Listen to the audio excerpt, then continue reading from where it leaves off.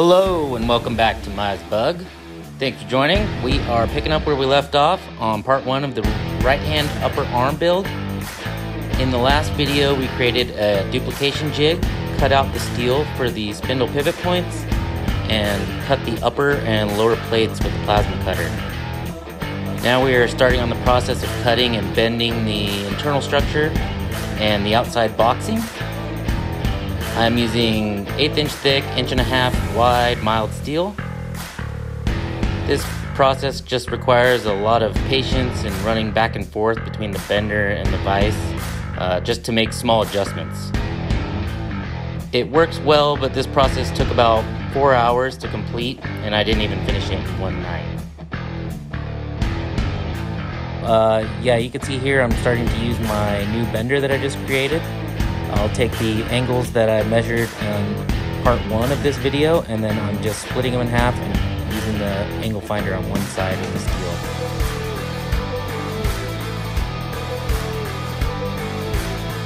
Once I get the parts all fit, I come by with my MIG welder and I tack them into position.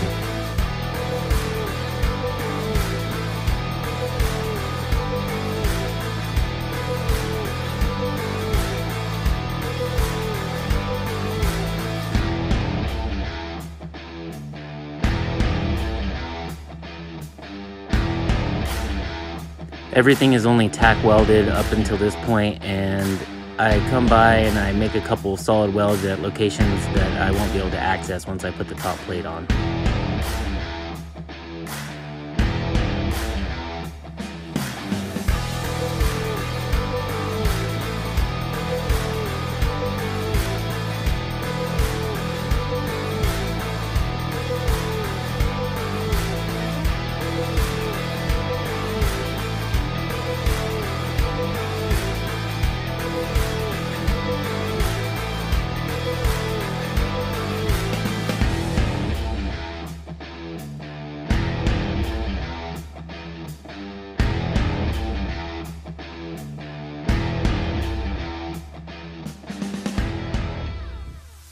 Once I'm comfortable with the fit, I mark the locations where I want to trim it, take it over to my little bandsaw, and make the cuts.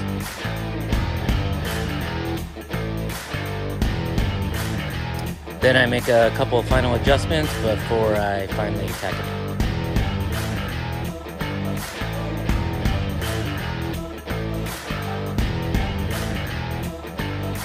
At this point, I come by and clean up all the welds that were existing on the outside and clean up all the mating surfaces and remove mill scale everywhere where the top plate is going to touch. And follow up with blowing it out, making sure it's clean.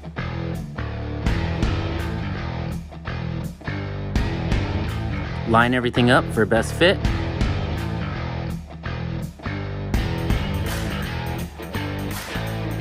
And drill 1/8 inch holes for clecos.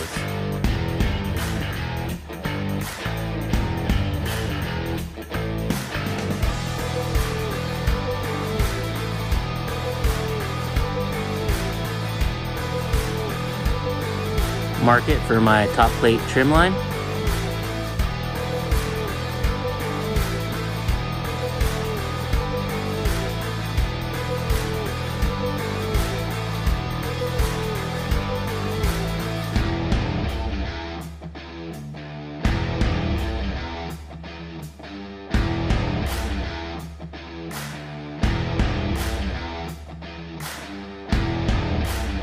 I'm happy with the fit up, so I move on to my TIG welder and start tack welding. And I tack weld a lot to try to stabilize it before I take it out of the jig.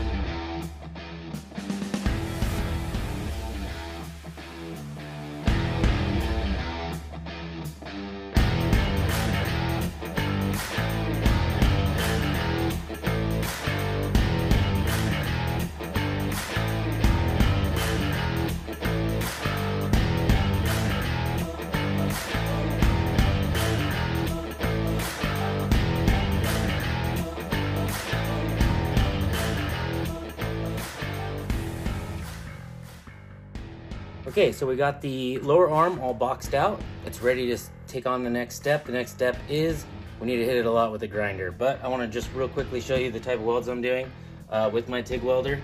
On the lower arm, this is what I do. It takes a lot more fitment to do this open corner. I'll come in with the TIG welder and I'll do one pass here, fill here, and then on the second pass I'll come in and fill this.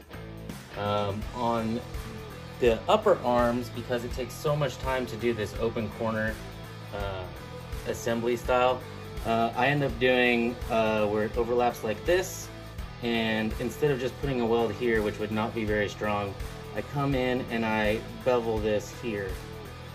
So this is all gone. It's more of a 45, but then I will come in and I do what I've just been calling a fusion root. I definitely don't know what I'm doing, so don't listen to me.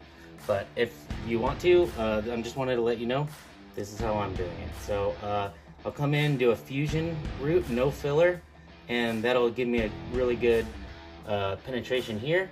And then I'll come back in and then do a filler pass. And that'll give me my penetration full through in this whole corner here. And it's essentially accomplishing the same thing, I would think. Like I said, I'm not a certified welder and I'm just learning how to do this. But this is how I did my upper arm, this is how I did my lower arm. I chose to do the lower arm this way because it takes so much more load. I just wanted to make sure that I was doing it the right way. This is Morgan Clark, this is Maya. So anyway, I guess we just start grinding and start welding.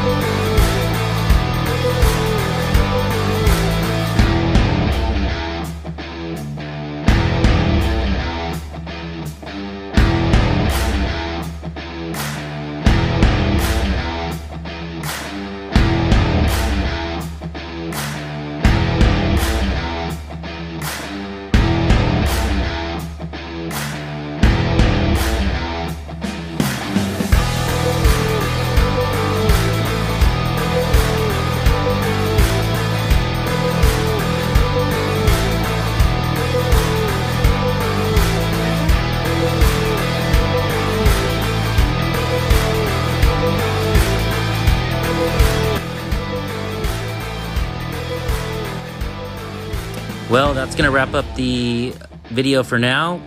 We'll run through and make sure that everything's fitting well, do some swing checks with the right hand side, and then we'll run through some cleanup operations, do some grinding and sanding, and then we'll run into the last pass and make sure it looks really good and we got good penetration. Thanks everyone for joining, and we'll see you next time. Catch you later.